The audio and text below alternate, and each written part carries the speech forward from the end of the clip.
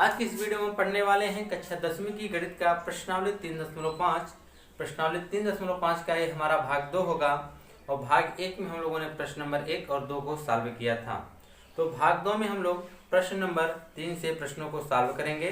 तो आइए प्रश्न नंबर 3 देखते हैं क्या कहा गया है आपसे। इसमें कहा जा रहा है कि निम्न रैखिक समीकरणों के युग्म को प्रतिस्थापन एवं वज्र गुणन विधियों से हल कीजिए। जो ये आपका क्वेश्चन नंबर 3 दिया गया है, जो रैखिक समीकरण दिए गए हैं इनको एक बार आपको प्रतिस्थापन विधि लगाना है और फिर एक बार वज्र गुणन विधि लगाना है, ठीक है। और इससे दोनों से आपको हल करना है। फिर उसके बाद इसके हल करने के बाद फिर आपको क्या करना है, फिर आपसे पूछा जा रहा है कि किस विधि को आप अधिक उपयुक्त मानते हैं।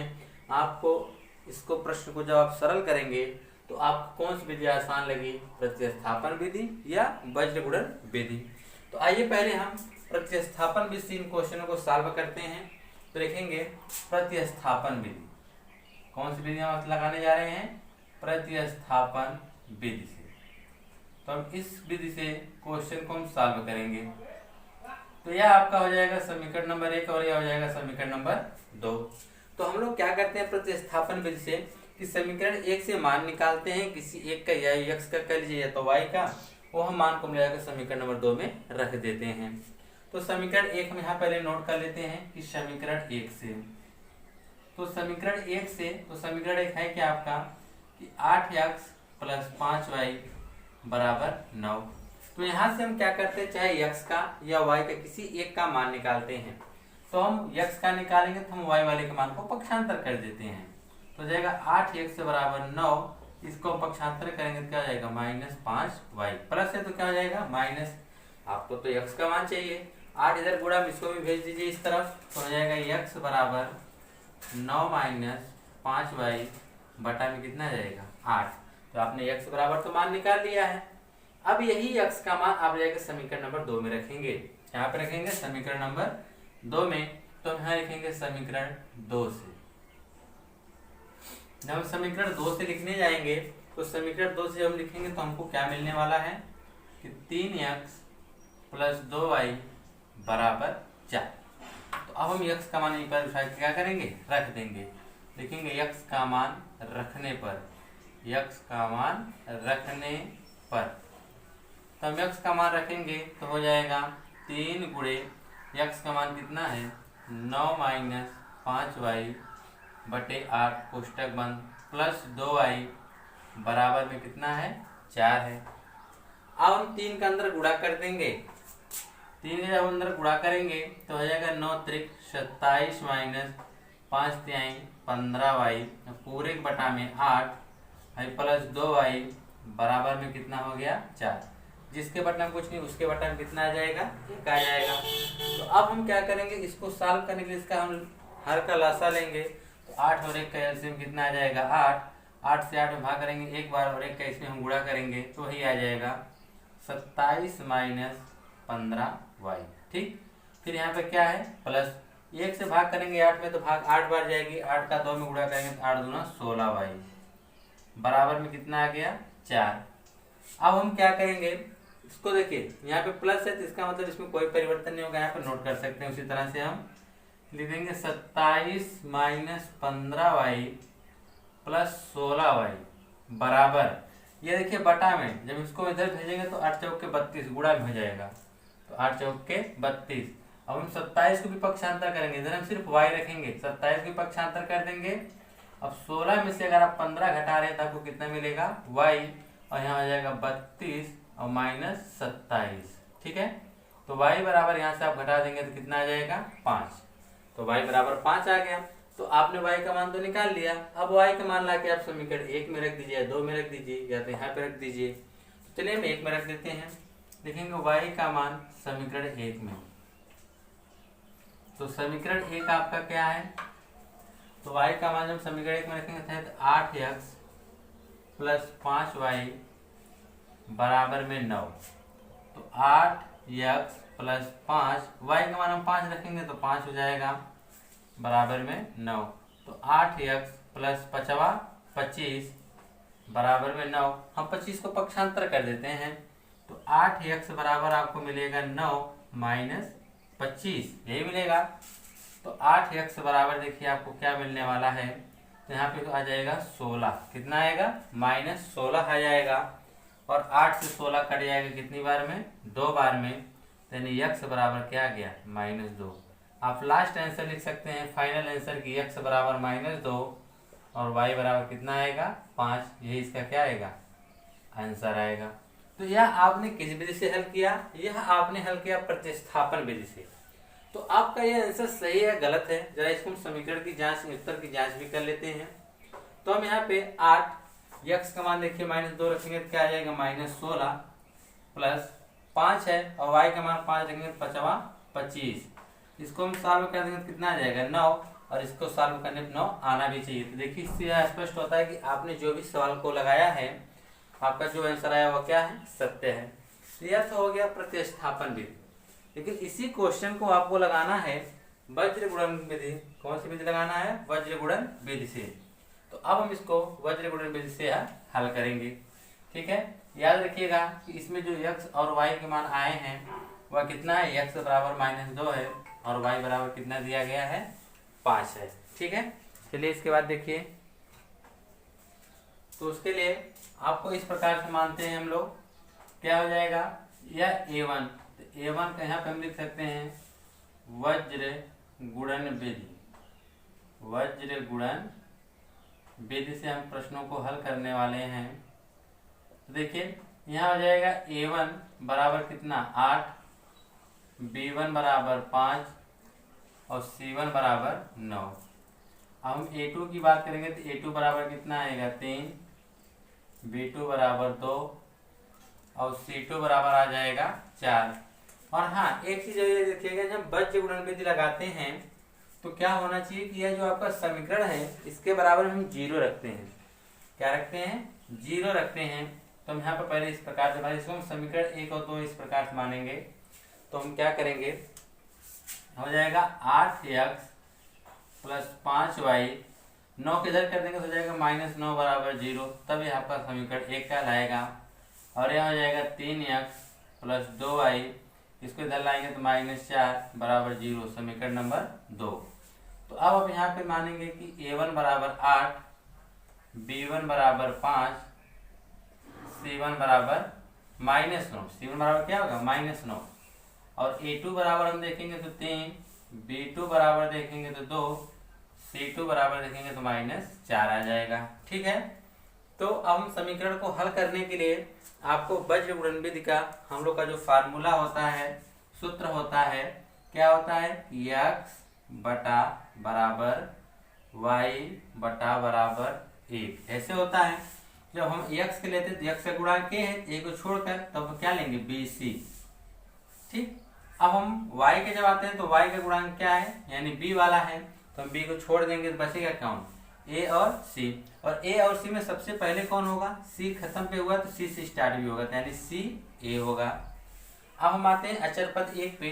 तो अचर पद आपका 1 होता है, जिसका बच्चा कौन जा रहा है? a b। तो हम स्टार्ट कहाँ से करेंगे? खत्म हुआ a से, तो a से स्टार्ट करेंगे तो हो जाएगा a b। अब जितना यह है उसी तरह हम इसको यहाँ पे लिख देंगे -bc -ca -ab। अब हमको शर्त अगली क्या काम करना है कि 12 21 लिखना है। 12 21 12 21 12 21। देखिए यह आपका फार्मूला बनके तैयार हो गया। अब इसी फार्मूले पर यह जो आपने मान बना रखा है, इसी मान को यहाँ पे लाके आप क्या करिए? रख दीजिए। तो चलिए हम सभी लोगों यहाँ पे मान रखते हैं। तो जाएगा x बटा b1, तो b1 का मान कितना है? 5 गुणे c2, तो c2 का मान -4 है। फिर माइनस b2 का मान 2 है गुणे c1 का मान -9 है।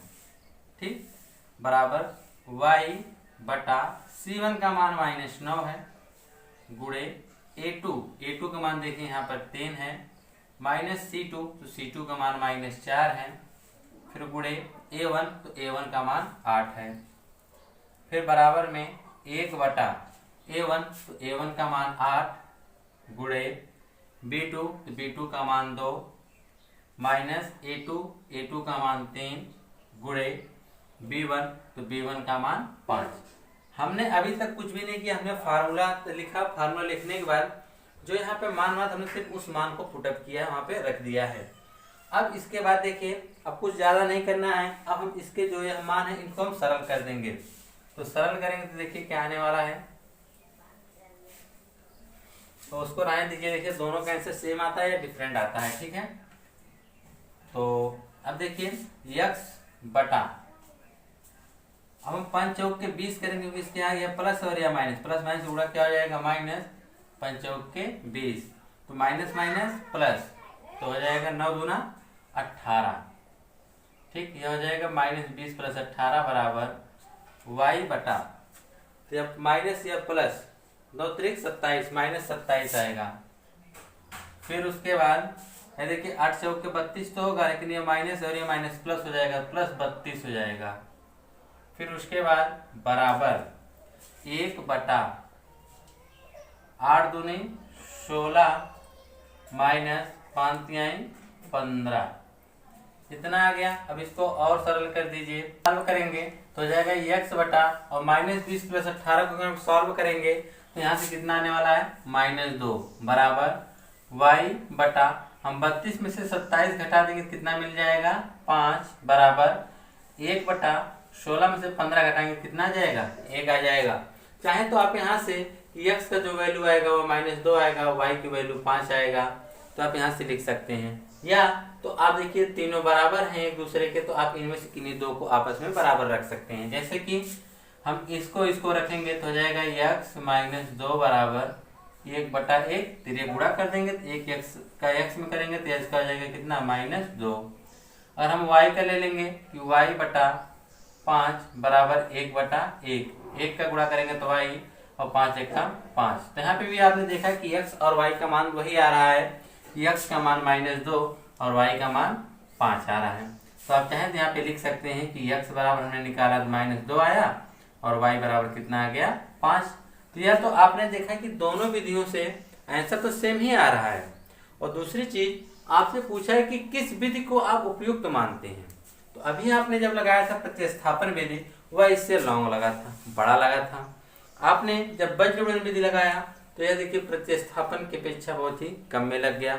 और आप इसमें देखेंगे अगर आपको फार्मूला याद है, फार्मूला याद होने के बाद आप यहाँ पे जो मान निकालें उस मान को यहाँ पे आप रख देते हैं, रखने के बाद सॉल्व करते हैं और बहुत ही जल्द इसका आंसर मिल जाता है। तो आपसे पूछा गया कि कौन सी विधि उपयुक्त मानते हैं, तो आपको चाहे प्रतिस्थापन विधि या वज्रगुणन विधि, जो दोनों में आसान लगता है, बेटर लगता है, तो आप यहाँ पे उसको लिख सकते हैं। हमारे हिसाब से बेहतर तो यही दिख रहा है कि वज्रगुणन विधि को अधिक उपयुक्त माना जाएगा। हम यहाँ पे लिख देंगे कि वज्रगुणन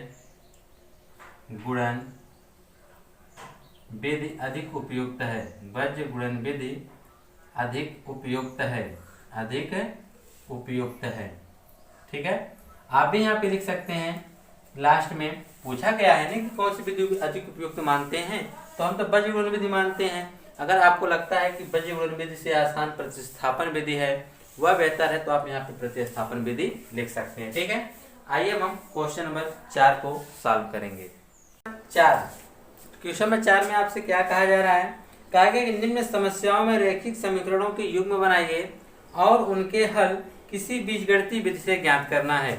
और यह जो आपका समस्या दिया गया है इनका आपको बीजगणितीय रूप में व्यक्त करना है, और साथ ही इन बीजगणितीय जो यह रूप में व्यक्त करेंगे इसको हम किसी भी विधि से हल कर सकते हैं। किसी विधि का मतलब आपने 4 विधियां पढ़ चुके हैं। पहली विधि आपने ग्राफी विधि पढ़ा है, फिर प्रतिस्थापन पढ़ा आपने, फिर विलोपन पढ़ा है, फिर उसके बाद आपने वज्रगुणन विधि पढ़ा है। इन चारों विधि में से आप कोई भी विधि लगाकर यह जो प्रश्न है इसका आप सोल्यूशन बता दीजिए। तो पहला जो आपका है क्वेश्चन है चौथे का कि एक छात्रावास के मासिक व्यय का 1 भाग नियत है। कोई छात्रावास है, उसका जो मासिक व्यय का 1 भाग क्या किया गया है नियत है, तथा शेष इस पर निर्भर करता है कि छात्र ने कितने दिन भोजन लिया है, ठीक है। 1 भाग उसका नियत है, और इसके बाद जो छात्र और भोजन करेगा तो उसके लिए अलग चार्ज है, ठीक है। फिर कहा गया कि जब एक विद्यार्थी ए 20 दिन भोजन करता है, कोई विद्यार्थी ए है जो कि 20 दिन भोजन करता है, तो वह ₹1000 छात्रावास व्यय के लिए अदा करने पड़ते हैं। कोई व्यक्ति है, कोई लड़का ए है जो 20 दिन तो भोजन करता है, ठीक है, तो उसको 1000 रुपये छात्रावास के लिए व्यय करना पड़ता है, ठीक है। जो नियत है उसके अलावा, उसके अतिरिक्त मिला के सब, ठीक है।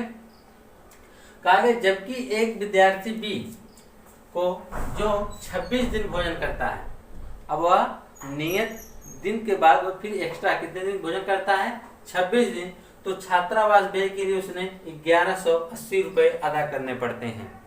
कितने रुपए अदा करने पड़ते हैं, 1180। तो नियत व्यय और प्रतिदिन भोजन का मूल्य ज्ञात कीजिए, ठीक है। तो देखिए ऐसे क्वेश्चन को किस प्रकार से हल करेंगे, तो हम मान लेंगे कि नियत व्यय, तो नियत व्यय को हम मान लेंगे कुछ, मान लीजिए यक्स, इसका जो नियत व्यय है हम यहाँ पे लिख देंगे माना नियत व्यय बराबर 100 रुपये है, ठीक है, यह उसका नियत व्यय है। और प्रतिदिन भोजन का मूल्य, तो प्रतिदिन भोजन का मूल्य हम मान लेते हैं y, प्रतिदिन भोजन का मूल्य जो यहाँ पे दिया है तो उसको मान लेते हैं y।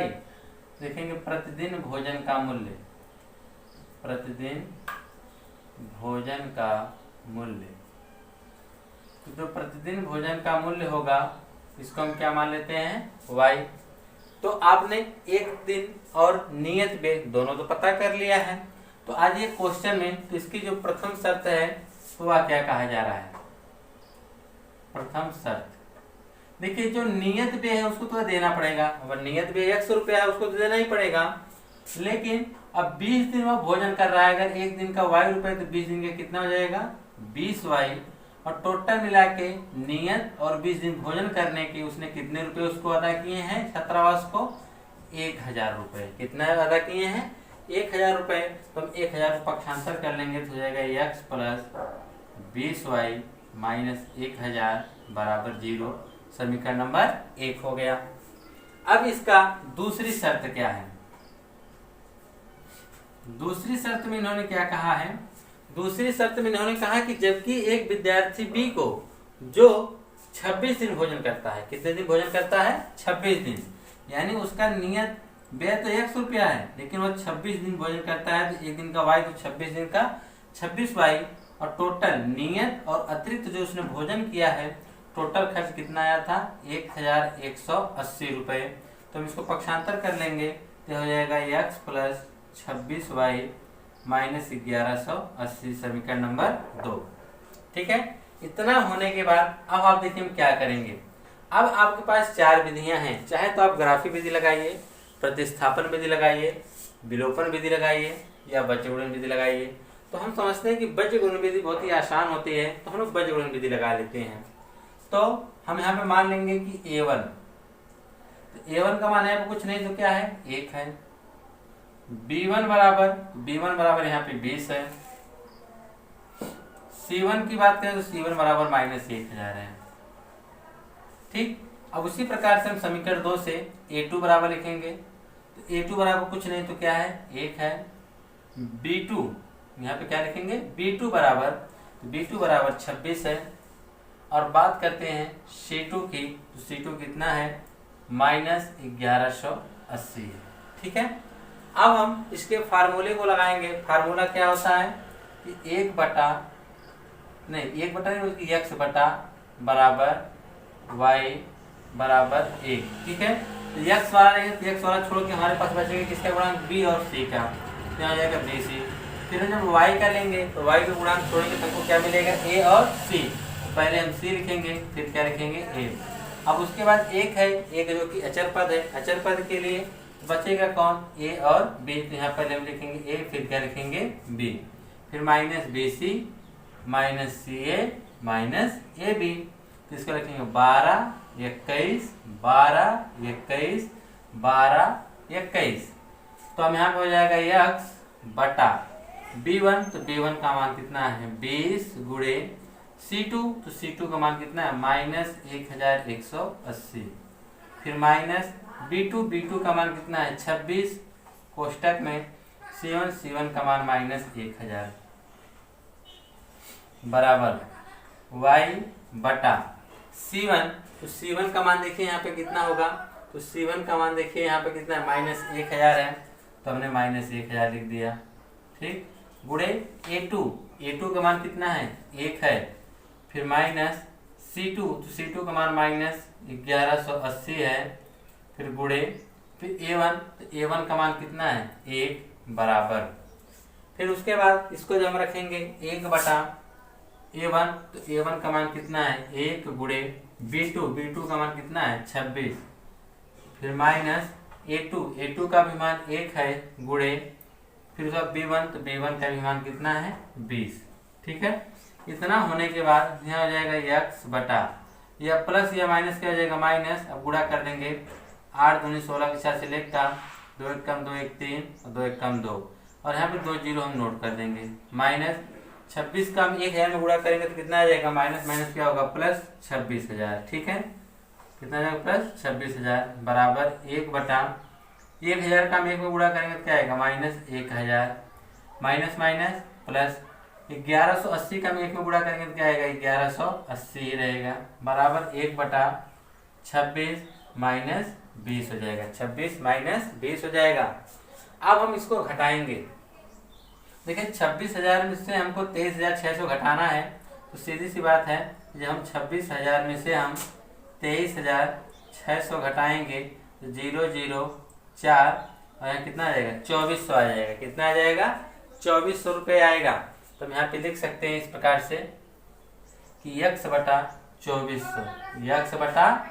2400 बराबर, और 1 बटा, तो यहाँ 1 नहीं बल्कि y रहेगा, देखिए y है ना, तो y बटा क्या हो जाएगा, अब 1180 में से 1000 घटा देंगे तो कितना बचेगा, 180, और फिर उसके बाद यहाँ पर बचेगा क्या, बराबर में आपका बच जाएगा, यहाँ से घटा देंगे तो बराबर में आपका बचने वाला है, बराबर बचेगा 6, बराबर में क्या बचेगा, 1 बटा 6।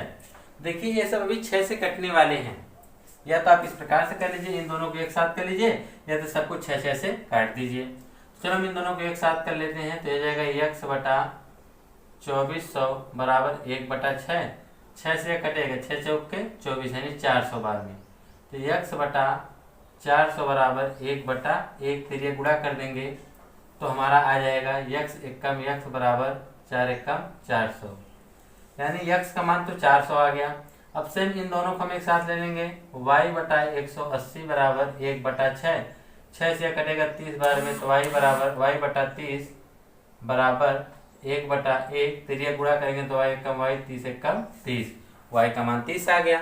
तो आप यहाँ पे लिख सकते हैं, क्या लिखेंगे, नीचे हम यहाँ पे जवाब देंगे इसका उत्तर कि नियत व्यय जो उसका नियत व्यय है x बराबर 400 रुपये, यह तो नियत व्यय है। ठीक है, और फिर अतिरिक्त व्यय जो पूछा है कि प्रतिदिन भोजन का मूल्य, तो प्रतिदिन भोजन का जो मूल्य होगा, प्रतिदिन भोजन का मूल्य y बराबर कितना होगा, 30 रुपये, y बराबर कितना हो जाएगा, 30 रुपये।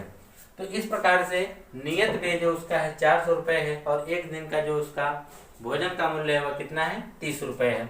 अब आप सोच रहे होंगे कि यह सही है गलत है, तो आइए उत्तर की जांच कर लेते हैं। तो देखिए ए ने 20 दिन भोजन किया, तो अगर एक दिन का 30 रुपये तो 20 दिन का भोजन कितना हो जाएगा, 600 रुपये हो, और प्लस नियत जो x रुपये 400, तो दोनों मिला के कितना हो जाएगा, 1000 रुपये हो गया कि नहीं हो गया। इससे यह पता चलता है कि आपका जो उत्तर है वह क्या है, सत्य, क्योंकि जो आपने आंसर आया है वह इस कथन को क्या करता है, संतुष्ट करता है। तो यह था आपका क्वेश्चन नंबर पहला, जिसको आपने वज्र गुणन विधि से देखा। तो चाहे तो आप इसे आप विलोपन विधि से भी हल कर सकते हैं। ठीक है, विलोपन विधि से भी हमको लगता है इसे छोटे में लग जाना चाहिए, तो आप लोग विलोपन विधि से भी इसे आप हल कर सकते हैं। ठीक है, तो आइए अब इसका नेक्स्ट क्वेश्चन देखते हैं। क्वेश्चन नंबर 2 क्या कहा गया क्वेश्चन नंबर 2 में, कि एक भिन्न 1/3 हो जाती है जब उसके अंश से 1 घटाया जाता है। ठीक है, और फिर वह 1/4 हो जाती है जब उसके हर में 8 जोड़ दिया जाता है, तो वह भिन्न ज्ञात करने के लिए कहा गया है। तो वह भिन्न का मान बताना है कि वह भिन्न कितना होगा, यानी वह भिन्न कितना है। तो आइए उसको हम लगा देते हैं क्वेश्चन नंबर 2 को। 2 में आपको भिन्न नहीं पता है तो आप भिन्न को मान लेंगे कि भिन्न x और y मान लेंगे, यानी भिन्न का अंश, यानी भिन्न का हर, भिन्न का अंश मान लीजिए।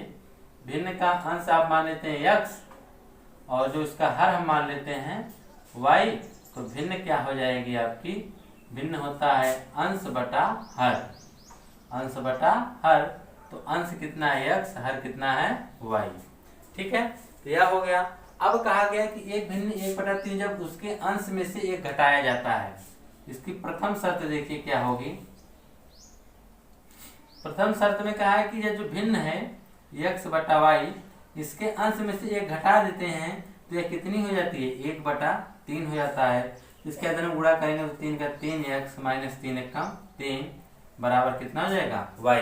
तो हम y को भी इधर पक्षांतर कर लेंगे तो यह हो जाएगा 3x, y जाएगा तो माइनस वाई, माइनस 3 बराबर 0, समीकरण नंबर 1। ठीक है, अब उसके बाद फिर कहा गया है कि वह 1/4 हो जाती है जब हर में 8 जोड़ दिया जाता है। अब दूसरी शर्त इनकी है क्या, तो लिख देंगे दूसरी शर्त। तो दूसरी शर्त में इन्होंने क्या कहा है, दूसरी शर्त में इन्होंने कहा है कि जब हर में 8 जोड़ दिया जाता है तो 1/4 हो जाती है। तो भिन्न आपका कितना है, x बटा वाई, इसके हर में हमने कितना जोड़ दिया, 8, तो ये कितना हो जाती है, 1/4 हो जाती है। तो अब इसका तिरिया गुणा कर दीजिए, तो 4 का 1 में गुणा करेंगे कितना आएगा, 4x बराबर y प्लस 8 का 1 में गुणा करेंगे तो क्या आएगा, y प्लस 8 आएगा। तो हम क्या करेंगे, बराबर उधर 0 रखेंगे, इसलिए सबको पक्षांतर कर लेते हैं। तो हो जाएगा 4x माइनस वाई माइनस 8 बराबर 0, समीकरण नंबर 2। तो अब आप चाहे जिसे बज्र गुणनखंड विधि लगा दीजिए, प्रतिस्थापन विलोपन, कोई विधि से इसको आप हल कर सकते हैं। तो चलिए हम लोग बज्र गुणनखंड विधि से ही हल करते हैं इसको। तो मानना पड़ेगा हमको कि a1 बराबर कितना है, b1 बराबर कितना है और c1 बराबर, फिर आपको मानना पड़ेगा a2 b2 और c2। तो a1 का मान देखिए यहाँ से रखेंगे समीकरण 1 से, a1 का मान 3 है, b1 का मान माइनस वाई का मतलब माइनस 1 है, c1 का मान माइनस 3 है, a2 का मान कितना है, 4 है, b2 का मान माइनस 1 है और c2 का मान भी माइनस 8 है। हमने सभी मानों को तो मान लिया है। अब हम क्या करेंगे, इन सभी को हम एक फार्मूले में रख देंगे। तो वह फार्मूला क्या होता है, पहले हम उस फार्मूले को यहाँ पर लिख लेते हैं। तो फार्मूला आपका होता है x बटा क्या होता है, bc यानी 12 माइनस 21, ठीक है, बराबर y बटा c पे खत्म हुआ यानी ca माइनस ca, हो जाएगा 12 माइनस 21, फिर बराबर होता है 1 बटा a हो गया ना, c हो गया तो बचेगा कौन, ab माइनस ab 12 21। इसको कैसे हम लाते हैं ये तो आपको बता ही दिया गया है। तो हम यहाँ पे मान रख देते हैं x बटा b1, तो b1 का मान माइनस 1 गुणे c2, तो c2 का भी मान माइनस 8 है, फिर माइनस b2, तो b2 का भी मान माइनस 1 है, गुणे c1, तो c1 का भी मान माइनस 3 है, बराबर y बटा c1, तो c1 का मान कितना है, माइनस 3 है, तो हमने यहाँ पे माइनस 3 रख देते हैं, गुणे a2 का मान कितना है, 4, तो यहाँ पे हम 4 रख देते हैं, माइनस c2, तो c2 का मान माइनस 8 है, तो हमने माइनस 8 कर लिया, गुणे a1, तो a1 का मान कितना है, 3, तो यहाँ गुणे 3 हो गया, बराबर 1 बटा a1 b2 यानी 3 गुणे माइनस 1, 3 गुणे माइनस 1 माइनस a2 b1 4 गुणे माइनस 1, 4 गुणे माइनस 1। अब इसको हल कर देते हैं,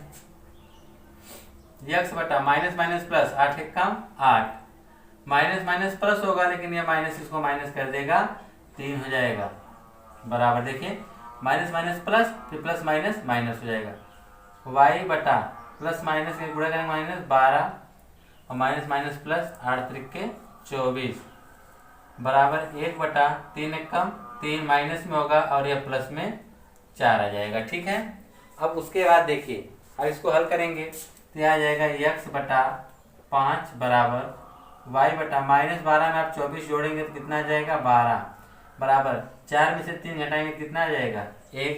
तो आप इन दोनों को बराबर कर लीजिए, यह हो जाएगा x बटा 5 बराबर 1 बटा 1, तिरिये गुणा कर देंगे तो x बराबर कितना आ जाएगा, 5, अब इन दोनों को एक साथ ले लीजिए, तो y माइनस वाई बटा 12 बराबर 1/1, तो ये गुणा करेंगे तो y बराबर 12 आ गया।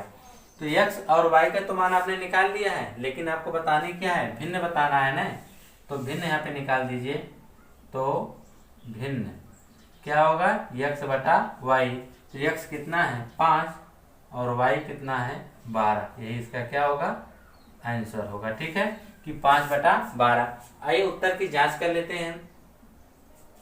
तो कहा है कि अगर हम अंश में से एक घटा देते हैं तो 1/3 हो जाती है। अंश में से एक घटाएंगे कितना हो जाएगा 4, तो 4 कम 4 7 12, 1/3 हो रहा है कि नहीं हो रहा है। फिर कहा है कि हर में अगर 8 जोड़ देते हैं तो 1/4 हो जाती है। अगर आप इसमें 8 जोड़ेंगे तो 20 हो जाएगा, 5 × 5 5 × 20, 1/4 हो जा रहा है कि नहीं हो रहा है। तो इस प्रकार से आपका क्वेश्चन नंबर चौथे का दूसरा था। ठीक है, आइए इसका हम नेक्स्ट क्वेश्चन देखते हैं। चौथे के तीसरे प्रश्न में क्या कहा गया है, कहा जा रहा है कि यश ने एक टेस्ट में 40 अंक अर्जित किए जब उसे प्रत्येक सही उत्तर पर 3 अंक मिले तथा अशुद्ध उत्तर पर 1 अंक की कटौती की गई। कोई ऐसा लड़का है, कोई एक टेस्ट हुआ है जिसमें उसने 40 अंक पाया है, लेकिन जब वह एक उत्तर सही दिया तो उस पर उसको 3 अंक मिले। अगर उसका वही उत्तर अशुद्ध था तो उसमें से 1 अंक काट लिए गए, तो सही और लास्ट में उसको जो परिणाम उसका मिला 40 अंक मिला। ठीक है, फिर उसके बाद कहा गया है कि यदि उसे सही उत्तर पर 4 अंक मिलते हैं तथा अशुद्ध पर 2 अंक मिलते हैं तो यह 50 अंक अर्जित कर लेता। अगर कहा गया कि यहाँ पे सही पे 3 मिल रहा था तो 1 की कटौती की गई गलत उत्तर पर। अब वही चीज कहा गया कि यदि उसे सही उत्तर पर हम 3 न देंगे बल्कि कितना देंगे 4 अंक दें और उसके गलत उत्तर यानी अशुद्ध उत्तर पर 2 अंक की कटौती करें तो यह 50 अंक अर्जित कर लेता है। कितना अंक अर्जित कर लेता है, 50 अंक अर्जित कर लेता है। तो टेस्ट में कितने प्रश्न थे, तो देखिए टेस्ट में कुल कितने प्रश्न थे यह तो हम बाद में बता सकते हैं, लेकिन आप यह जानिए कि उसने मान लीजिए कितने सही किए कितने गलत किए। अगर हमको सही और गलत दोनों क्वेश्चन पता चल जाएगा तो दोनों को हम जोड़ देंगे तो हमको पता चल जाएगा कि टेस्ट में कुल कितने प्रश्न थे। तो आइए इस प्रकार के क्वेश्चन को हम लगाते हैं किस प्रकार से हैं। तीसरा देखिएगा, तो हम मान लेंगे कि माना यश ने जो सही उत्तर दिया हुआ कि उसकी संख्या कितनी है यक्स, माना सही उत्तर की संख्या, सही उत्तर की संख्या बराबर हमने मान लिया कि यक्स है। ठीक, और गलत उत्तर यानी अशुद्ध उत्तर की संख्या, अशुद्ध उत्तर की संख्या इसको हम कितना मान लेते हैं y। ठीक, यानी सही की x और अशुद्ध की कितना हो गया y हो गया। तो इसने प्रथम शर्त में आपसे क्या कहा है, यहाँ पे लिख देंगे प्रथम शर्त। तो प्रथम शर्त में आपसे यही कहा गया है कि जब वह सही उत्तर करता तो उसको 3 अंक मिलते थे, यानी उसने टोटल x किए हैं तो टोटल कितना सही के मिलने चाहिए 3x। कितना मिलना चाहिए 3x, लेकिन वहां तो उसने y गलत कर रहा है तो एक गलत पर 1 नंबर, तो y गलत पर -y नंबर। जितना वह 3x टोटल क्वेश्चन किया था, टोटल उसने सही क्वेश्चन कितने किया x, तो टोटल कितने नंबर मिल गए 3x नंबर तो मिल गया है। लेकिन अब वहां पर वो गलती कर दे रहा है, कितने क्वेश्चन की गलती कर रहा है y क्वेश्चन की गलती कर दे रहा है, उसको उत्तर अशुद्ध दे रहा है। तो 1 पे y 1 नंबर, तो y पे y कटने के बाद उसको जो नंबर मिल रहा है वह नंबर कितना मिल रहा है 40। जैसे एग्जाम्पल के स्वरूप हम समझ लीजिए, जैसे हम कहें कि अगर आप 5 क्वेश्चन सही करते तो आपको 20 नंबर दिया जाता है, और अगर इसी 5 में से अगर आप एक भी क्वेश्चन गलत करते हैं तो उसका आंसर नंबर काट लिया जाएगा 2 नंबर। समझ रहे हैं कि नहीं। तो आपने 5 क्वेश्चन तो सॉल्व किया सही, समझ रहे हैं ना। तो अब टोटल कितने क्वेश्चन है आपको नहीं पता है, तो आपने 5 तो सही किया और इसी में से आपने 2 ठो गलत कर दिया। 2 गलत करेंगे कितना नंबर कट जाएगा 4। तो हम टोटल की जब हम बात करेंगे तो टोटल क्वेश्चन कितने होंगे 5 2 7 क्वेश्चन तो टोटल थे, जिसमें से आपके 5 सही हैं और 2 गलत। 5 आपने सही किया तो 20 पाया, 2 गलत किया आपने 4 कट गया। तो इस समय आपका टोटल नंबर कितना बचेगा, इसमें से 4 घटा देंगे 16 नंबर बचेगा। कितना नंबर बचेगा 16 नंबर, यानी आपने 5 क्वेश्चन सही किया तो आपको कितना नंबर मिला 16 नंबर। तो इसी प्रकार से तो टोटल क्वेश्चन है कितने सही के x, तो अगर 1 पे 3 तो तीनों पे कितना हो जाएगा 3x होगा, अब इसी 3x में से जितना आपने सही किया है उसी में से तो नंबर गलत वाला कटेगा। तो आपने y क्वेश्चन गलत किया है तो एक पे अगर एक नंबर तो y पे कितना जाएगा, y नंबर होगा। इसमें से y घटा देंगे तो जो रिजल्ट आया वो कितना आया, 40। हम 40 को पक्षांतर कर लेंगे तो 3x माइनस वाई माइनस 40 बराबर 0, समीकरण नंबर 1। अब इनकी दूसरी शर्त क्या कही जा रही है, दूसरी शर्त में इन्होंने कहा है कि अगर जो सही है उस पर 3 नंबर न कितना नंबर मिलता है, 4 नंबर। मतलब उस पर जो जितना सही किया है अगर उस पर वह 4 नंबर देंगे तो टोटल कितना नंबर हो जाएगा, 4x। अब कह रहे हैं कि तब सही पे 4 अंक देंगे, अशुद्ध पर 2 अंक कटते हैं। तो अशुद्ध पे जब 2 कटेगा यानी y क्वेश्चन उसने गलत किया है, तो अगर क्या कहते हैं 1 पे 2 नंबर कटता है तो y पे कितना कटेगा, 2y नंबर। और अभी कहाँ से घटेगा, सही वाली में से। तो टोटल कितना आ जा रहा है, 50। 50 को पक्षांतर करेंगे तो 4x माइनस 2y माइनस 50 बराबर 0। तो हम इसे देखिए 2 से काट के छोटा कर सकते हैं, 2 से काट दीजिए तो जाएगा 2x माइनस वाई माइनस 25 बराबर 0, समीकरण नंबर 2। समीकरण 1 और 2 हम प्राप्त कर लिए हैं। अब इसे आप किसी भी विधि से हल कर सकते हैं, चाहे तो आप विलोपन विधि लगाइए, प्रतिस्थापन विधि लगाइए, जो आपको आसान पड़ता है आप वह विधि इसमें लगा सकते हैं। तो हम चलिए बज्र गुणनखंड विधि लगाते हैं इसमें। तो बज्र गुणनखंड विधि से हल करेंगे। तो बज्र गुणनखंड विधि में हम लोग क्या करते हैं कि a1 बराबर मान लेते हैं, a1 की जगह कितना है 3, b1 तो b1 की जगह कितना है -1, c1 तो c1 की जगह कितना है -40। उसी प्रकार से हम a2 की बात करेंगे तो a2 में कितना है 2, b2 की बात करेंगे तो b2 में कितना है -1 है, c2 तो c2 की बात कितना है -25 है। देख रहे हैं। अब आपको बज्र गुणनखंड विधि इस पे लगाना है तो बज्र गुणनखंड विधि लगा दीजिए।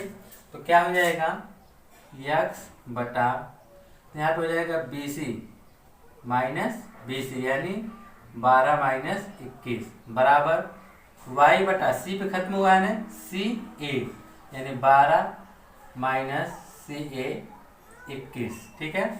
फिर उसके बाद बराबर a पे खत्म हुआ है ना तो हो जाएगा AB यानी 12 माइनस 21, 12 माइनस 21 हो जाएगा, ठीक है।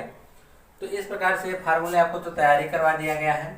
तो x बटा b1 तो b1 का मान -1 गुणे c2 तो c2 का मान -25, ठीक। अब उसके बाद क्या है माइनस है b2 का मान -1 है पहले से ही, गुणे c1 तो c1 का भी मान -40 है बराबर y बटा c1 का मान -40 है तो -40 कर दीजिए, गुणे a2 का मान देखिए यहाँ पर 2 है तो हम 2 रख दिए, माइनस c2 तो c2 का मान देखिए यहाँ पे कितना है -25 है, गुणे a1 तो a1 का मान कितना है 3 बराबर 1 बटा a1 का मान 3 है, b2 का मान -1 है तो 3 गुणे -1, फिर माइनस a2 का मान 2 है, b1 का मान -1 है तो 2 गुणे -1। अब इसको हम हल करेंगे तो हल करने में देखिए क्या आएगा x बटा माइनस माइनस प्लस 25 से कम 25, माइनस माइनस प्लस, लेकिन प्लस माइनस फिर माइनस हो जाएगा, घटा देंगे कितना आ जाएगा 40 आ जाएगा, कितना आएगा 40 आएगा बराबर। यहाँ से जब हम देखेंगे इसको यहाँ से क्या आएगा y बटा तो कितना आ जाएगा -80, फिर ये माइनस माइनस प्लस 25 × 75 बराबर 1 बटा 3 कम 3 और माइनस माइनस सॉरी यहाँ पे देखिए प्लस माइनस 3 कम 3, लेकिन यहाँ पे -3 होगा, क्या होगा -3 क्योंकि यहाँ माइनस है ना, और माइनस माइनस प्लस कितना आ जाएगा 2। अब इसके बाद देखिए हम क्या करेंगे, अब इसको और हल कर देंगे। इसको हल करने के लिए देखिए x बटा अब 25 में से हम 40 घटाएंगे तो नहीं घटेगा, उल्टा घटाएंगे तो उल्टा घटेगा तो -15 आ जाएगा, कितना आ जाएगा -15 बराबर। अब 80 में से हम 75 -80 में अगर हम 75 जोड़ेंगे तो हमको -5 बचेगा, तो y बराबर -5 बराबर यहाँ -3 में आप +2 जोड़ेंगे तो -1 आएगा, यानी -1 बटा -1। सबका माइनस क्या करेंगे हम काट देंगे, तो आ जाएगा x बटा 15 बराबर y बटा 5 बराबर 1/1। यानी x का मान आप 15 कर सकते हैं, y का मान 5। ऐसे नहीं तो आप इन दोनों को ले लीजिए, हो जाएगा x बटा 15 बराबर 1/1 x बराबर कितना आएगा, तिरिय गुणा करने पे 15।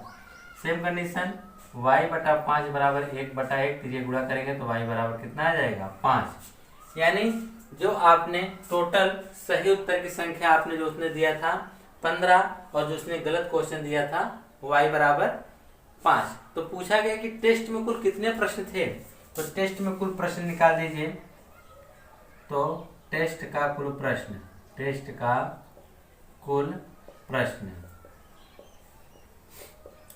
कितना होगा, तो देखिए उसने x तो सही किया और y गलत किया, दोनों को जोड़ देंगे, जो आएगा वही उसका कुल प्रश्न होगा। यानी कुल 20 प्रश्न थे। कितने प्रश्न थे, 20 प्रश्न थे। 20 प्रश्न में से जब उसने 15 सही किया और 5 गलत किया था। ठीक है, तो यह था आपका क्वेश्चन नंबर तीसरा, जो कि बहुत ही इंपॉर्टेंट है, इसे आप लोग नोट कर लीजिए। अगर आपको लगता है कि यह बज्र गुणनखंड विधि बहुत बड़ी पड़ जा रही है तो आप यहाँ पे विलोपन विधि लगा सकते हैं। विलोपन विधि लगाएंगे तो देख रहे हैं इसमें y और इसमें भी y, दोनों y के मान तो बराबर हैं, तो आप इनको घटा दीजिएगा तो y के मान कट जाएंगे, तो आपको बचेंगे x का मान रख के वहां से हल कर सकते हैं विलोपन विधि से। तो आइए अब इसका हम चौथा क्वेश्चन देखते हैं, क्वेश्चन नंबर 4। क्वेश्चन नंबर 4 में कहा गया है कि एक राज्य मार्ग पर दो स्थान A व B 100 किलोमीटर की दूरी पर हैं। एक कार A से तथा दूसरी कार B से एक ही दिशा में चलना प्रारंभ करती हैं। ठीक, यदि एक कारें भिन्न भिन्न चालों से चालों से एक ही दिशा में चलती हैं तो 5 घंटे बाद पश्चात वह क्या होती हैं, मिल जाती हैं।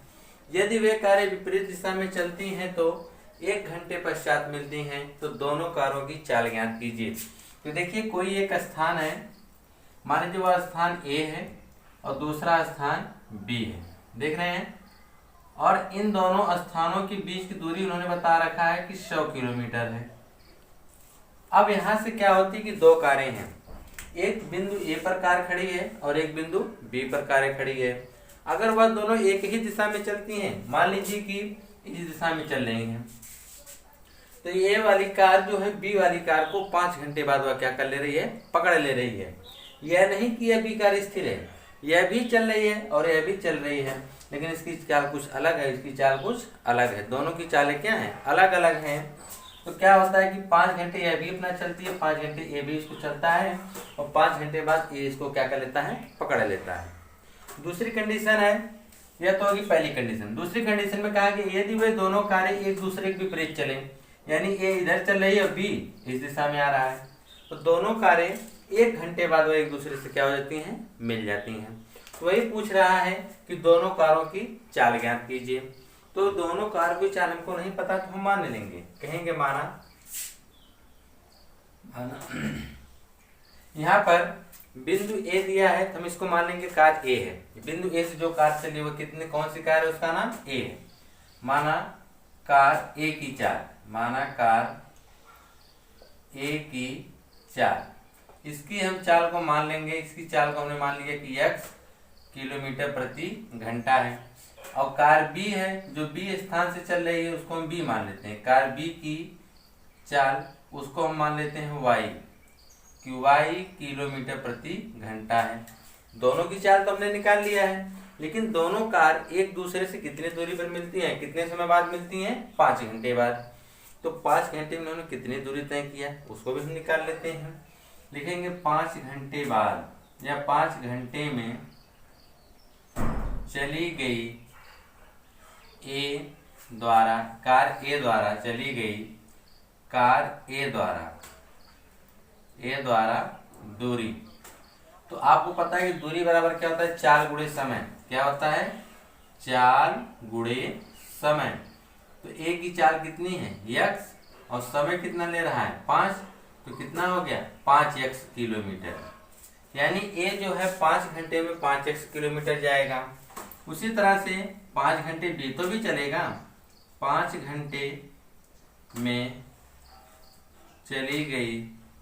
घंटे में चली कार चली गई कार लिखिएगा, चली गई कार, चली गई कार बी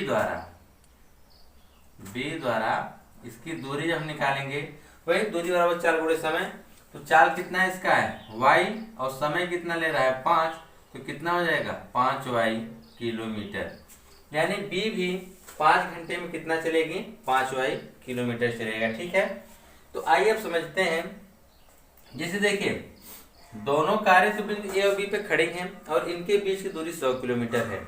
अब ये दोनों एक साथ चलना प्रारंभ करती हैं और एक ही दिशा में चलना प्रारंभ करती हैं, तो हम ए वाली बी वाली कार यहाँ से नहीं चलेगी, यहाँ से मान लीजिए वो 5 घंटे में यहाँ पर आती है और कितनी दूरी चलती है 5y, देख रहे हैं कि नहीं।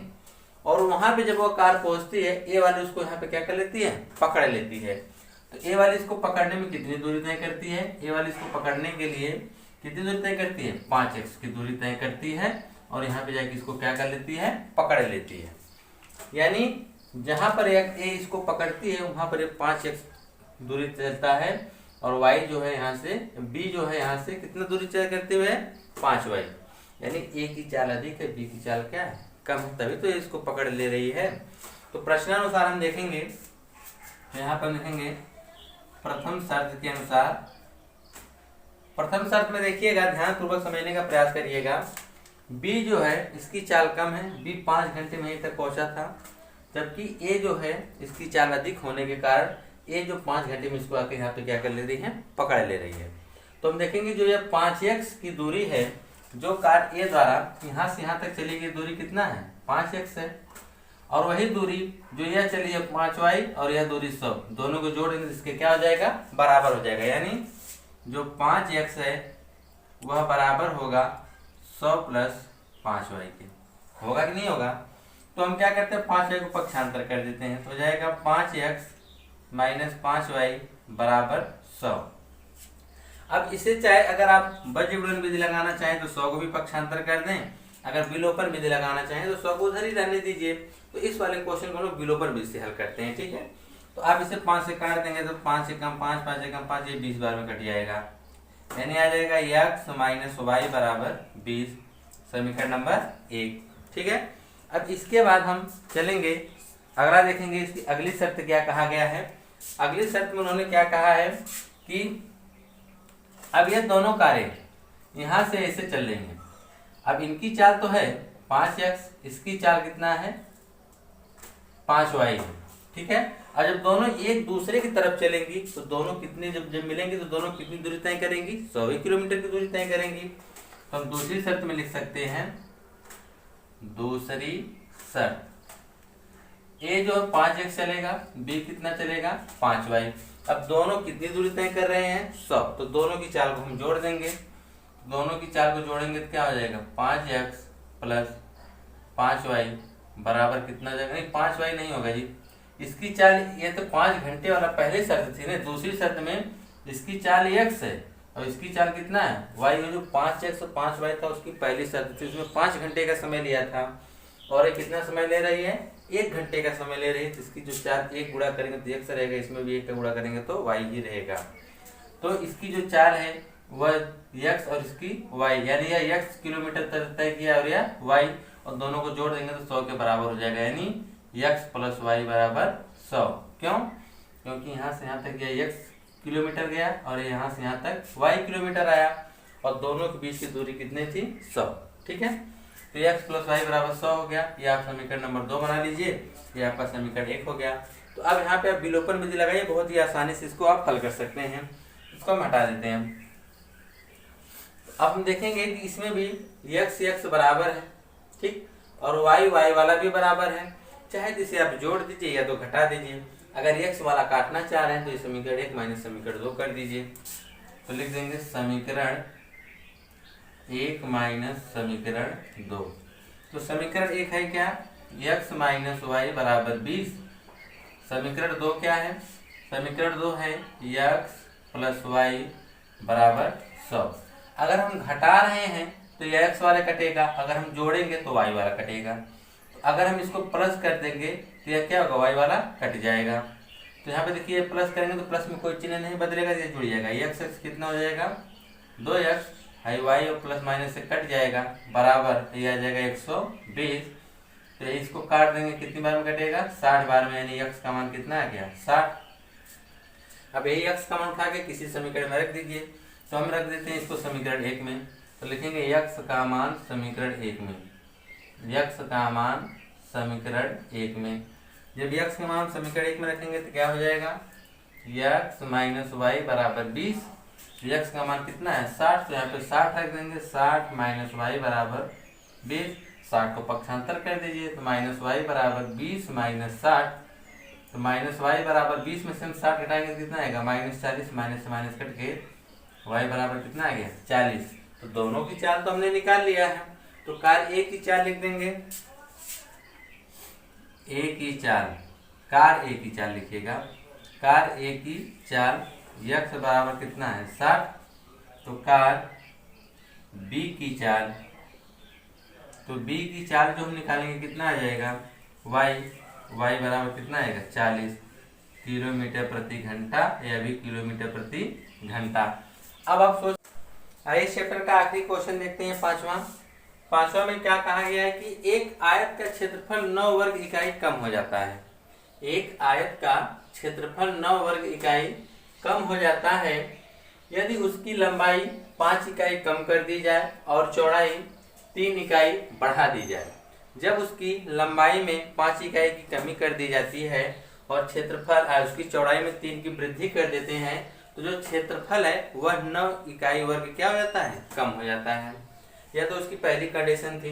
दूसरी कंडीशन में कह रहे हैं कि यदि हम लंबाई को 3 इकाई और चौड़ाई को 2 इकाई बढ़ा दें, लंबाई को 3 इकाई और चौड़ाई को 2 इकाई बढ़ा दे तो क्षेत्रफल 67 वर्ग इकाई बढ़ जाता है। तो आयत की बीमाई ज्ञात करना है। तो चलिए आयत की बीमाई हम ज्ञात कर देते हैं। नहीं हमको पता है आयत की बीमाई मतलब उसकी भुजा, लंबाई और चौड़ाई। तो हम लगाएंगे, लिख देंगे माना आयत की लंबाई, माना आयत की लंबाई बराबर कितना हो जाएगा x। यहाँ पर इकाई दिया है तो आप ये भी इकाई मान लेंगे, ठीक है, क्योंकि यहाँ पे सेंटीमीटर मीटर कुछ भी नहीं दिया है। तो चौड़ाई की बात हम करेंगे तो चौड़ाई भी हम कितना माने, कितना हो जाएगा y इकाई, ठीक है। जब आपको लंबाई और चौड़ाई पता चल गई तो आप इसका क्षेत्रफल भी निकाल दीजिए।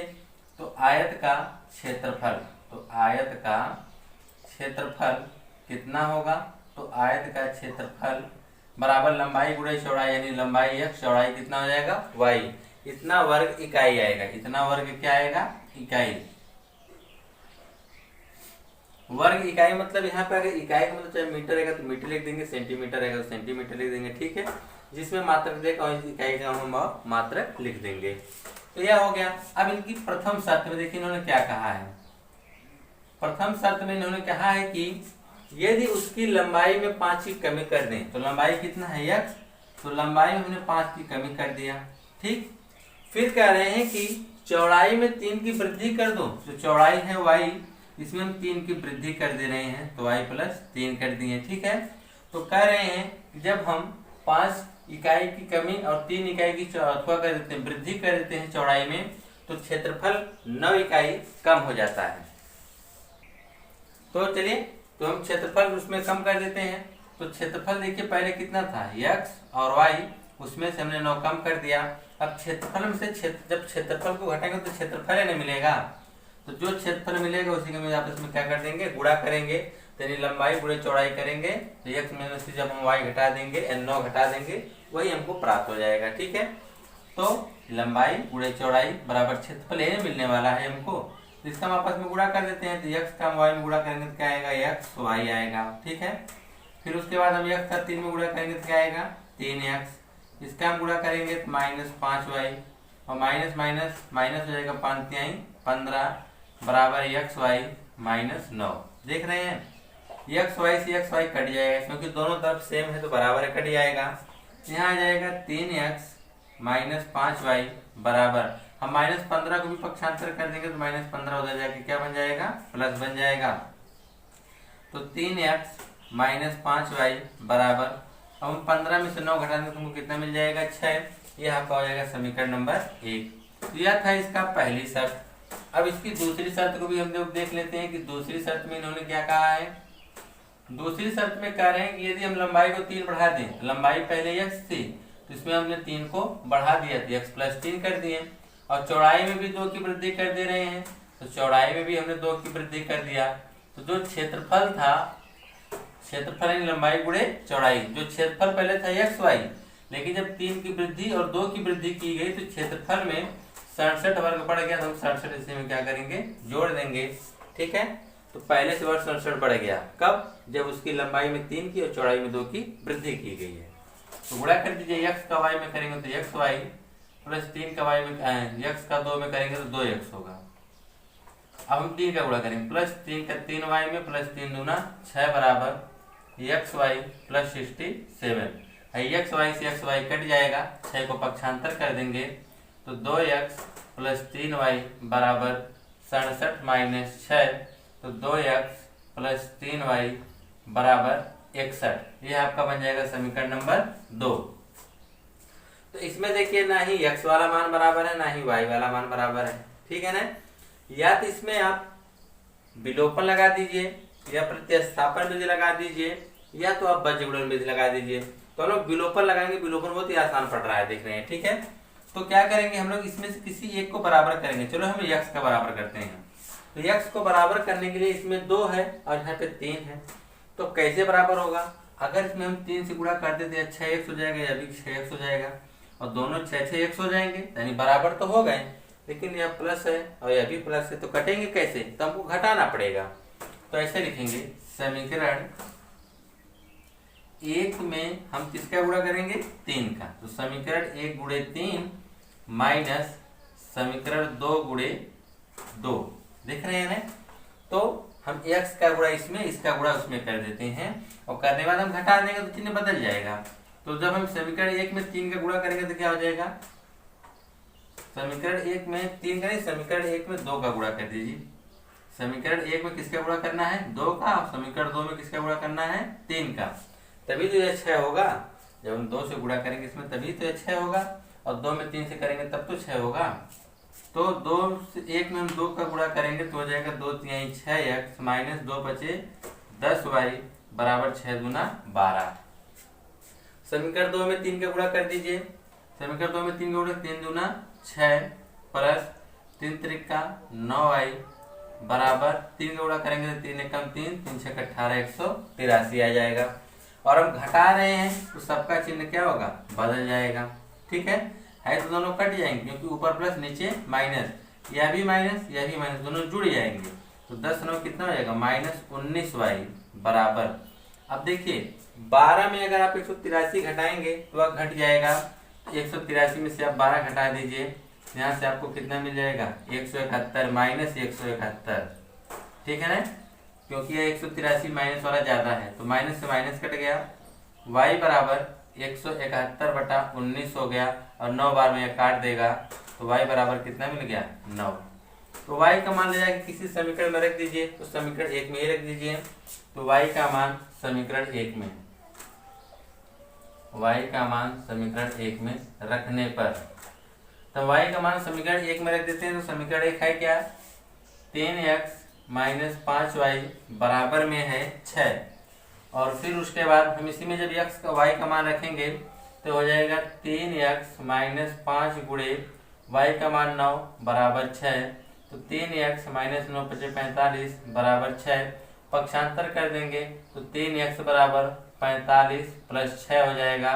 तो 3x बराबर जोड़ देंगे कितना आ जाएगा, 51, और 3 से 51 काट देगा 17 बार में, तो x बराबर कितना आ गया, 17 आ गया। ठीक है, तो यानी आयत की लंबाई निकालेंगे, तो आयत की लंबाई जो हो जाएगी, आयत की लंबाई, तो लंबाई को हम लोग क्या माने थे, x, तो x बराबर 17 इकाई होगा। ठीक है, उसी के बाद चौड़ाई की बात किया गया है, तो इसकी जो चौड़ाई होगी y, तो चौड़ाई y बराबर कितना हो जाएगा, 9 इकाई। अब यह तो आपने बना लिया। अब आप देखिए कि आपका उत्तर सही है गलत है, तो चलिए हम लोग ट्राई कर लेते हैं। तो 17 ना, पहले देखिए लंबाई तो 17 ही है, चौड़ाई कितना है, 9, तो इसका जो क्षेत्रफल आएगा तो 17 9 163 आ जाएगा। ठीक है, 17 9 153 होता है, 17 9 153। अब कहा गया है कि इसकी लंबाई में 5 की कमी कर दीजिए। तो लंबाई में 5 की कमी कर देंगे कितना आ जाएगा 12, और चौड़ाई में 3 बढ़ा दीजिए। चौड़ाई में 3 बढ़ा देंगे तो हम लोग कितना हो जाएगा 12। तो इसका जो क्षेत्रफल आएगा 12 बराबर 144 हो जा रहा है। ठीक है, अब वही कहेगा कि हम लोग लंबाई में 5 बढ़ाते हैं, चौड़ाई में से 3, लंबाई में 5 घटाते हैं, चौड़ाई में 3 बढ़ाते हैं, तो क्षेत्रफल 9 कम हो जाता है। तो इसमें से 9 हम घटा देंगे तो कितना आ जाएगा 4। 144 आया कि नहीं आया? यानी इसका मतलब दोनों पक्ष बराबर है। इसका मतलब जो आपका आंसर वह क्या कर रहा है, इस दिए गए कथन को संतुष्ट कर रहा है, जिसकी वजह से आपका उत्तर सही है। ठीक है, तो यह था आपका प्रश्नावली 3.5 के आखिरी क्वेश्चन था। बहुत ही इंपॉर्टेंट क्वेश्चन है। इसी के साथ ही आपका चैप्टर खत्म होता है। फिर हम आपसे अगली वीडियो में मिलेंगे इसके अगले चैप्टर।